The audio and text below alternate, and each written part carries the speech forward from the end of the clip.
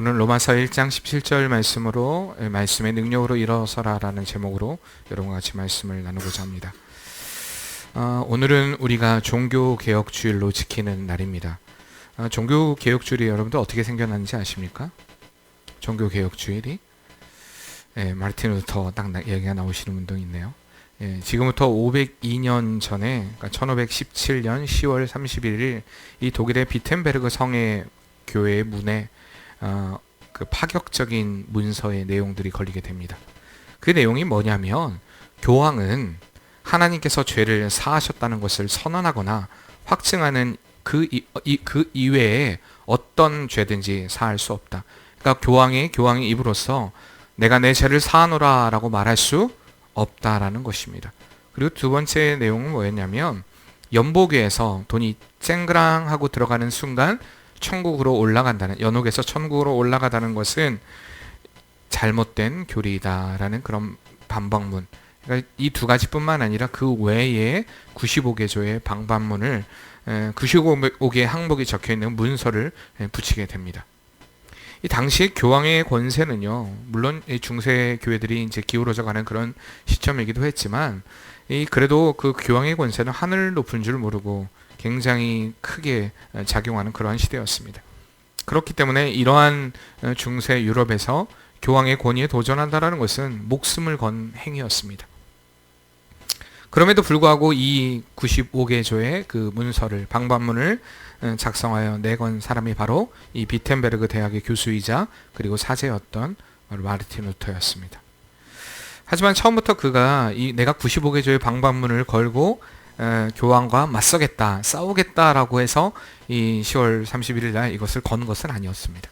처음부터 그가 그런 의도로 한 것은 아니고, 오랜 그가 성경의 연구 끝에, 말씀의 연구 끝에 인간의 죄사함이나 구원은 어떤 면죄부가 아니라 하나님의 은혜로 인한 구원이다 라는 사실을 그가 깨닫게 되었고, 믿음으로 되어진다는 것을 깨닫게 되었고, 어떤 성경이 아닌 그런 교황의 권위에 바탕을 둔 카톨릭은 잘못된 길을 걸어가고 있다는 것을 지적하고자 했던 것입니다. 그러니까 당시에 그 교회 문 앞에 그 문서를 붙였다라는 것은 우리 한번 공개 토론 해봅시다, 이것을 가지고 이야기를 나눠봅시다 라는 이야기였지, 내가 종교개혁하려고 이것을 붙입니다라는 개념은 아니었다는 것입니다. 그런데 루터가 이렇게 95개조의 그 문서를 적어서 붙인 것을 교황청은 상당히 심각한 사건으로 보았습니다. 교황권에 도전하는 행위다라고 보았기 때문에 결국엔 이 일이 종교개혁으로 이루어지게 된 것입니다.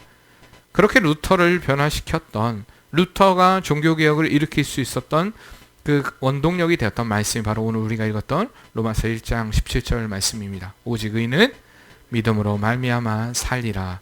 바로 이 말씀입니다. 이 말씀이 그에게 들어오는 순간 그는 숨이 멎을 것 같았다라고 이야기를 합니다.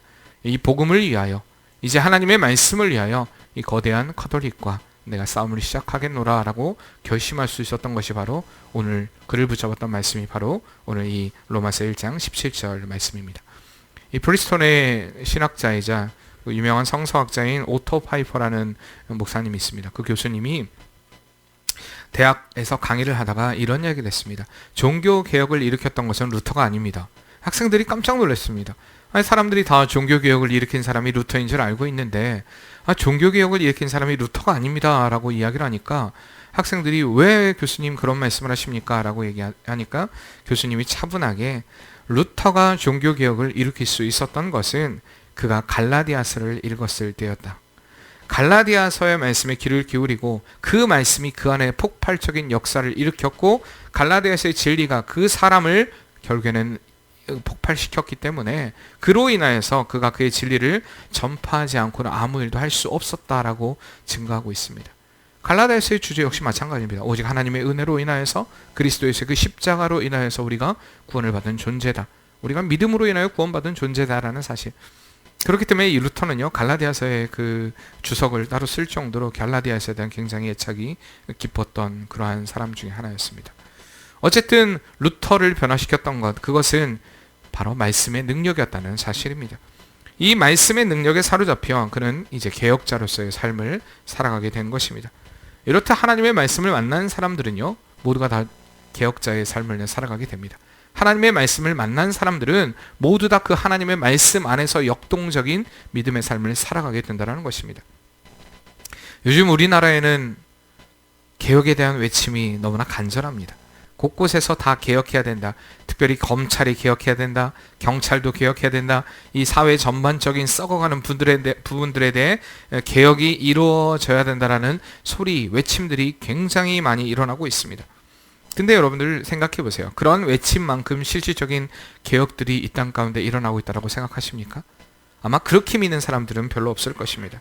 어쩌면 시대가 지나가고 우리의 자녀들이 살아갈 시대, 또 그 자녀들이 살아갈 시대에도 이 땅에 진리가 바로 서고 진정한 개혁이 되는 것은 기대하기 힘들 수도 있습니다. 이것은 제가 비관론자라서 그런 것이 아니라요. 이 죄악된 세상에서 온전한 개혁을 하기는 쉽지 않다는 것입니다. 힘들다라는 얘기입니다. 왜냐하면 이 죄악이 물든 세상에서의 진정한 개혁에 대한, 진정한 변화에 대한 기준이 모호하기 때문입니다. 다 상대적 아닙니까? 내가 원하는 그 뜻, 내가 원하는 그 안에서의 진리를 이야기하지, 나와 벗어나면 잘못되었다, 개혁해야 된다라고 이야기를 합니다. 다시 말하면 절대 진리가 없다라는 것입니다. 그들을 붙잡고 있는, 바라보는 관점, 생각, 그것을 뛰어넘는, 변하지 않는 절대 진리라는 게 점점점 사라져가고 있기 때문에 어쩌면 진정한 변화, 진정한 개혁이 상대적인 것이 될 수 있는, 우리는 그런 시대를 앞으로 계속해서 살아가게 될 것입니다. 그러나 그런 세상과는 다르게 교회는 반드시 개혁되어져야 합니다. 왜냐하면 반드시 개혁될 만한 기준이 있기 때문입니다. 바로 그 기준이 무엇입니까? 하나님의 말씀입니다. 바로 이 성경이라는 명확한 기준이 우리에게 있기 때문에 우리가 잘못된 길을 가다가도 다시 말씀으로 돌이키는 것, 바로 이러한 개혁의 역사는 계속해서 이루어져야 한다는 사실입니다. 말씀 안에서 늘 새로워지는 것, 말씀으로 인하여 변화되는 것. 간혹 사람들 가운데 몇 년 안에 교회가 없어질 겁니다 라는 이야기들을 사람들이 많이 하는 것을 보게 됩니다. 몇 년 안에 교회는 사라질 곳이 될 것입니다. 근데요, 이 이야기는 수천 년부터 나왔던 이야기입니다. 교회는 사라지게 될 것이다. 그러나 이 땅의 교회는 사라지지 않습니다. 믿는 사람들도요, 사실 믿지 않는 사람들도 교회는 사라질 것이다. 왜냐하면 그들 안에 진리는 거짓된 것이기 때문에 사라질 것이다 라는 그런 관점으로 이야기하고, 믿는 자들도 교회는 사라질 것이다 라고 이야기합니다. 물론 둘의 관점은 다릅니다. 믿지 않는 자들은 교회가 진리가 아니기 때문에 사라질 것이다 라고 얘기하고, 믿는 자들은 교회가 진리를 보수하지 않기 때문에, 진리 안에 서지 않기 때문에 교회가 사라질 것이라고 이야기를 합니다. 물론 둘의 관점이 다르지만 사라질 거라는 이야기는 똑같습니다. 네, 어쩌면요, 그들이 이야기하는 교회당은 사라질 수 있습니다. 예배당은 사라져갈 수 있습니다. 건물들은 사라져갈 수 있습니다. 그러나 하나님의 교회는 결코 사라지지 않습니다. 하나님의 말씀을 수호하고 진리를 지키는 그 성도들이 있는 한, 왜냐하면 하나님께서 마지막 시대에 그러한 자들을 남겨두셨기 때문에 하나님의 교회는 절대 사라지지 않는다는 것입니다. 이런 복음의 능력, 세상을 변화시키고 환경과 상황에 타협하는 것이 아닌 진정한 역동적인 믿음의 삶을 살아가기 위해서 우리는요, 다른 것이 아니라 말씀에 사로잡힌 삶이 되어야 한다는 것입니다. 루터가 수많은 죽음의 위협과 고통을 이겨낼 수 있었던 비결이 바로 이 말씀의 능력이 그를 휘감았기 때문입니다. 말씀의 능력이 그를 붙잡았기 때문에 그는 결코 흔들리지 않았다는 것입니다. 말씀의 능력에 붙들림 받은 사람의 삶, 오늘 그것을 한번 네 가지로 우리가 말씀을 살펴보고자 하는데, 첫 번째로요, 말씀의 능력에 붙잡힌 자의 삶은요, 따라해봅시다. 변화를 두려워하지 않는다. 저는 말씀에 사로잡힌 사람의 특징을 한 가지 이야기하라고 하면 변화를 두려워하지 않는 사람이라고 말하고 싶습니다. 말씀에 사로잡힌 사람은 하나님이 가라고 하는 것, 그리고 서라는 곳, 그것에 대해서 두려움이 없습니다. 하나님, 내가 이 가진 것, 내가 지금 누리고 있는 이것, 아마 루터가요, 그의 삶 가운데 그가 교수로서 또한 그런 신부로서의 삶을 계속해서 그 평안한 삶을 살기를 원했다면, 그가 변화를 두려워했다면 그는요, 종교개혁을 일으키지 못했을 것입니다. 그러나 그의 삶에 이제 안락한 삶, 평안한 삶, 요한복음에 보면 마지막 24장 말씀에, 여러분 24장이 어떻게 끝나는지 아십니까? 예수님과 베드로의 대화 가운데 끝이 납니다. 예수님께서 베드로에게 말씀하시기를, 네가 젊었을 때는 네 마음대로 살았다. 결론을 얘기하면 그겁니다. 너 마음대로 네가 원하는 뜻대로 살았다. 그러나 이제는 너를 붙잡는 그것이 무엇일까요? 바로 복음입니다. 예수 그리스도. 그 능력이 너를 사로잡을 때 너는 그 삶을 살게 될 것이다. 결국에는 순교자의 삶을 살게 될 것이다. 베드로에게 이런 이야기를 하게 됩니다. 그의 삶에 이제 안락한 삶이 아니라, 자신을 위한 삶이 아니라 하나님을 위한 삶을 살게 될 것이다. 여러분, 그 말에 베드로가 아멘 하고 받아들였을까요? 여러분 잘 보세요. 요한복음 24장이 진짜 재밌습니다. 그때 베드로가 예수님께 묻기를, 예수님, 그럼 요한은요? 예수님의 사랑하는 저 사람은요? 무슨 이야기입니까? 자기가 지금 이제 하나님의 뜻대로 살다가 순교하게 될 것에 대해서 예수님이 이야기를 하고 있는데, 요한은, 그때 베드로는 누구를 생각합니까? 요한. 무슨 의식이 있었을까요? 라이벌 의식이 그 안에 있었겠죠. 요한은 어떤 삶이었을까? 물론 이 이야기는 나중에 제가 설교로 또 다시 이야기를 할 겁니다. 어쨌든 베드로에게 말씀하신 것은 이제 네가 너의 뜻대로 사는 것이 아니라 나의 뜻대로 살게 될 것이다. 제가 여기서 변화를 두려워하지 않는다는 것은 이제 나의 뜻이 아니라 하나님의 뜻대로 살아가는 것에 대해서 두려워하지 않는다는 이야기입니다. 내 삶이 오직 하나님께 드려졌으니 이제는 세상의 이목과 세상의 관점과 세상의 상황이 중요한 것이 아니라 오직 말씀 안에 서서 하나님이 말씀하시는 그곳에 거하는 것, 그곳이 가라면 가고 서라 하면 서는 그곳에 대해서 나는 두려워하지 않겠습니다라는 고백입니다. 여리고성에 거주했던 한 여인이 있었습니다. 라합이라는 여인이었죠. 기생 라합이라고 이야기하는 그 여인. 어느 날 여리고성에 소문이 퍼졌습니다. 이스라엘을 이끄시는 그들의 신에 관한 소문이었습니다. 저 애굽에서 자기 백성을 인도하기 위하여서 애굽에 내렸던 10가지 재앙에 관한 이야기들도 들었을 것입니다. 이스라엘 백성들을 인도하기 위하여서 홍해를 가르시고 낮에는 구름기둥과 불기둥으로 인도하시고 그를 대적하는 자들을 다 무찌르신 하나님에 대한 그는 소문을 들었습니다. 그녀가 이 소문을 듣고 그리고 그 하나님이 함께 하시는, 하나님이 이끌어 가시는 이스라엘이 이제 이 여리고를 향하여 진격하고 있다, 여리고를 향하여 다가오고 있다라는 이야기를 라합은 들었습니다. 그리고 그는 떨었다라고 이야기를 합니다. 그러던 중에 이스라엘의 정탐꾼을 만나게 됩니다. 그리고 그들을 숨겨주게 되죠. 여러분 이 상황을 너무나 잘 알고 있습니다. 근데 한번 생각해 보세요. 세상의 관점으로 이걸 바라보시길 바랍니다.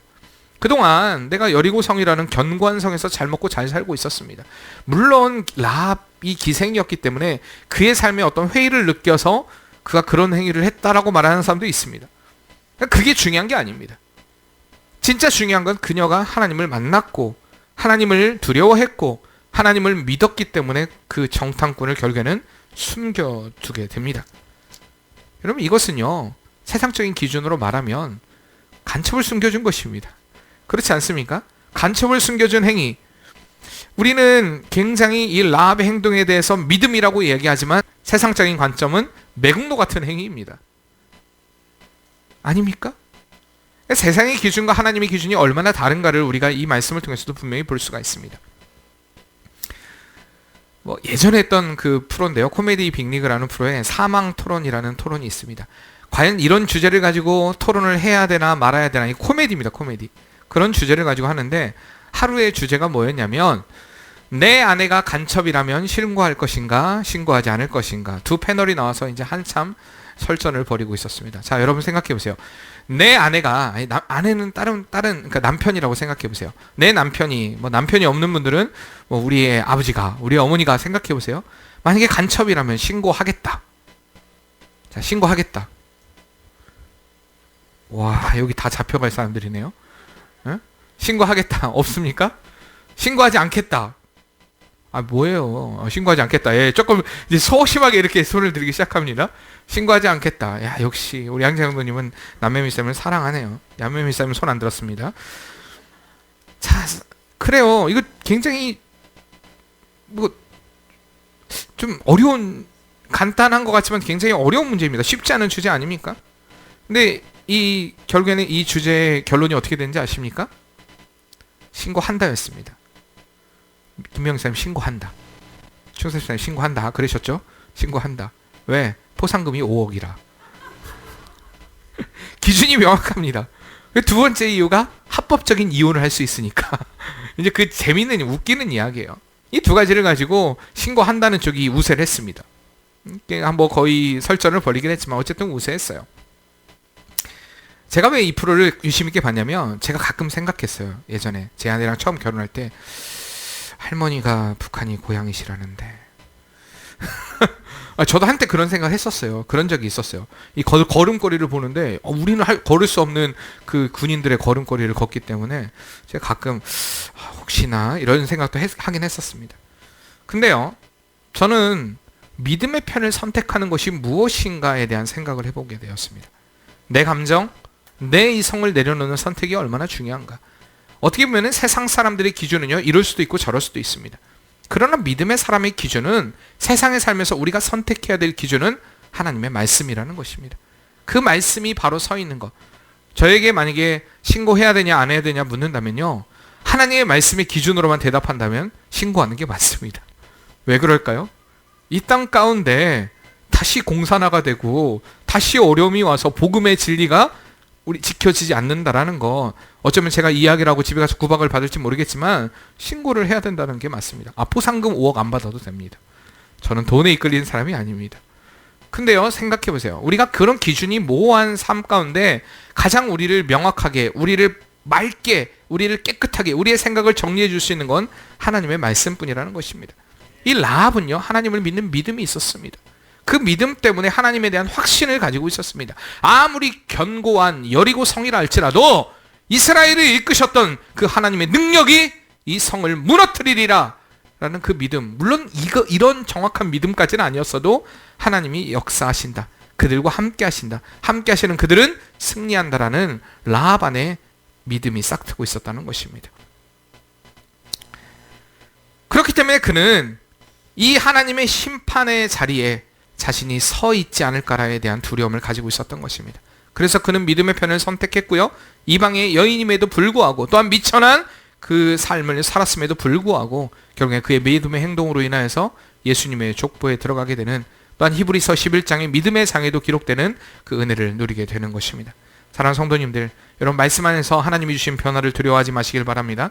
주님이 가라는 곳, 주님이 서라는 그곳, 인간적인 계산기 두드리지 마시고요, 하나님이 원하시는 그곳에 늘 거야 하는 복된 성도의 삶이 되시길 바랍니다. 그렇다고 변화를 두려워하지 않는다니까 뭐 늘 새로운 일을 만들어야 된다는 얘기는 아닙니다. 목사님, 저의 일생은요 그냥 똑같아요. 똑같은 어제를 살았고요, 똑같은 엊그저께를 살았고요, 똑같은 삶의 연속이에요. 아마 내일도 그렇게 살아갈 거고 모레도 그렇게 살아갈 겁니다. 그러나 진짜 하나님의 말씀이 그를 사로잡는 사람은요, 매일 매 순간 하나님이 일하시고 하나님이 말씀하시고 하나님이 세미한 음성으로 우리를 이끌어가고 계시다는 사실에 대해서 믿기 때문에 늘 말씀 안에서 새로운 자의 삶을 살게 됩니다. 일상은 똑같은 것 같지만 그 안에서 내가 말씀으로 인하여 새로워지는 그 은혜의 삶. 사단이 우리를 어떨 때 유혹할 것 같습니까? 많은 유혹들이 있습니다. 많은 유혹들이 여러분의 생각에 스치고 지나가겠지만, 특별히 사단은 우리가 무기력해져 있을 때에 우리의 마음을 빼앗아 갑니다. 매 순간 아무런 소망도 느끼지 못하고, 똑같은 일상 가운데 아무런 희망도 느끼지 못하고, 어떤 재미도 느끼지 못하는 것 같은 이러한 상황 가운데 사단은 우리의 마음 안에 찾아옵니다. 그리고 우리 안에 불평과 불만의 씨앗을 숨겨주기 시작합니다. 내가 이 일을 왜 하고 있는지 모르겠어. 왜 나만 이렇게 힘든지 모르겠어. 계속해서 내 마음 안에 좌절하고 낙심하게 만들고 실망하게 만들고 자신의 욕망으로 가득 찬 삶을 살아가게 만드는 것이 바로 사단의 계략이라는 것입니다.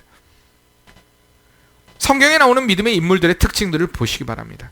매번 매 순간 똑같은 삶의 연속, 그 중에 한 사람이 바로 에녹이라는 사람입니다. 그가 에녹에 대한 성경의 기록은 단 한 가지입니다.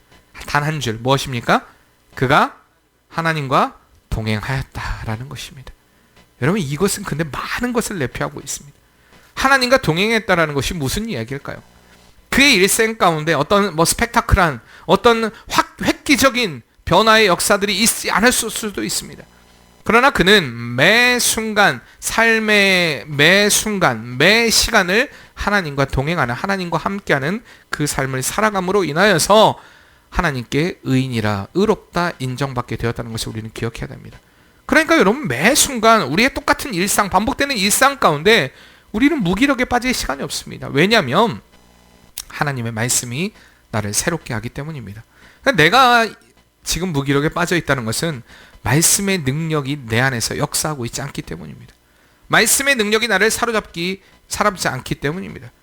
우리의 삶의 시작은 말씀으로 인하여서, 하나님으로부터 인하여서 시작되는 은혜의 삶이 되어야 할 줄 믿습니다. 이 말씀의 능력이 우리를 사로잡을 때에 우리는 늘 새로워집니다. 그 변화가 되는 것입니다. 하나님 말씀으로. 두 번째로요, 말씀의 능력에 사로잡힌 사람은요, 따라해볼까요? 상황에 넘어지지 않습니다. 믿음의 사람의 태도, 이 태도 중에 또 가져야 될 중요한 한 가지는요, 압력을 잘 견뎌내야 됩니다. 압력. 좌로나 우로나 치우치지 않는 삶. 모두가 예라고 할 때 아니라고 할 수 있고, 아니라고 할 때 예라고 할 수 있는 그 삶이 바로 믿음의 삶이 되어야 한다는 것입니다. 우리가 계속해서 요즘에 수요일 예배 가운데 이런 믿음의 사람에 관한 이야기를 듣고 있습니다. 바로 다니엘에 관한 이야기, 그리고 하나냐와 미사엘과 아사랴에 관한 이야기. 그들의 이야기를 통하여서 견고하고 흔들리지 않는, 상황에 넘어지지 않는 믿음이 무엇인가에 대해서 우리는 계속해서 말씀을 듣고 있습니다. 사도 바울은 고린도 교회를 향해 고린도전서 15장 58절을 말씀해, 그러므로 내 사랑하는 형제들아, 옛날 성경은요 견고하고 라고 합니다. 지금 성경은요 견실하고 흔들리지 말고 항상 주의 일에 힘쓰는 자들이 되라. 이는 너희의 수고가 주 안에서 헛되지 않은 줄을 알미니라. 아멘. 주 안에서의 수고가 헛되지 않습니다. 상황에 넘어지는 삶은 살아가지 않는다는 것입니다. 역사적으로 보면 원래 신앙을 지키는 현실은 언제나 녹록치 않았습니다. 예수님 때도 그랬습니다. 바로 루터가 종교개혁을 일으킨 때도 역시 마찬가지였습니다. 중세도 그랬지만 현재도 마찬가지입니다.